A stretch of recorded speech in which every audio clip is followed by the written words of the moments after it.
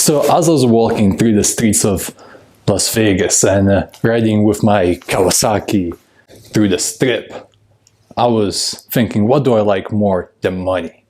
And I thought about it for a while, and I think it's knowledge. The year 2020 was really catastrophic for many of us.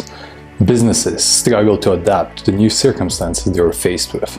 The new set of problems enabled entrepreneurship to thrive in 2020. Although many businesses struggled, some managed to thrive in this environment. Businesses such as online courses, online communication, online shopping, video games were all able to thrive this past year. What do they all have in common? Not knowledge. They're all tech companies. I understand you're watching this video to become an entrepreneur yourself, but not just any entrepreneur. A tech entrepreneur.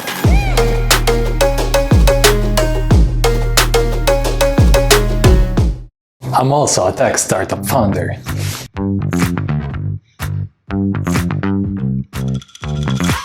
And today, I want to tell you what I wish somebody would have told me when I was starting in 2019. But I want to prepare you for 2021. Alright, that's enough of chit-chatting. Let's just jump into it.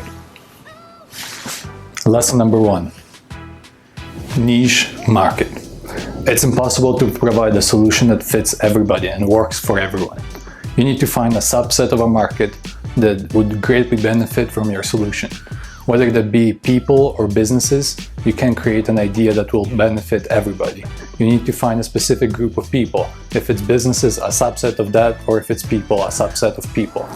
Lesson number 2, MVP.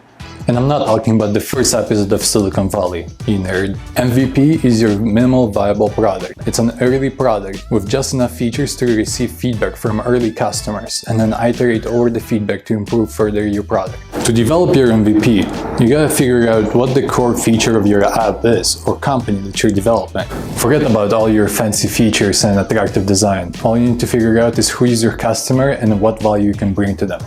Lesson number 3. The rocket ship analogy. The rocket ship analogy goes as such. Imagine you're trying to create yourself an easy method of transportation. Where would you start? You would obviously start with a skateboard. The skateboard is an easy method of transportation for you to build. It only requires 4 wheels and 1 plank. Your skateboard is your MVP. For a method of transportation, the skateboard is quite slow. Next, you'll want something faster, but also something that's easy to build. What you'll make is a bike. 2 wheels and a body is all it takes to make a bike, obviously. Although the bike will be a much better method of transportation, it will not be optimal. So what will you do next? You will build yourself a car. Just stick with me for a moment and you will understand what I'm implying. You don't actually need to build a car. Lastly, the car is your most optimal method of transportation, but it doesn't get you to Mars.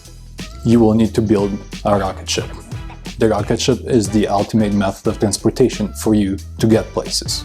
Your current idea is probably a car or a rocket ship, something that is difficult for you to build yourself. You might be aiming too high and you need to figure out what your skateboard is. Find your niche market and provide them with the MVP or skateboard of your product that would solve their problem or meet their needs. With their feedback, you'll be able to better your product until you build the rocket ship proposition of your idea. And remember, move fast and break things. To close off the video, I'm gonna leave you with this. Your initial startup idea is not that important. What is important is what value you can bring to someone to convert them into a customer. Thank you, and see you next time.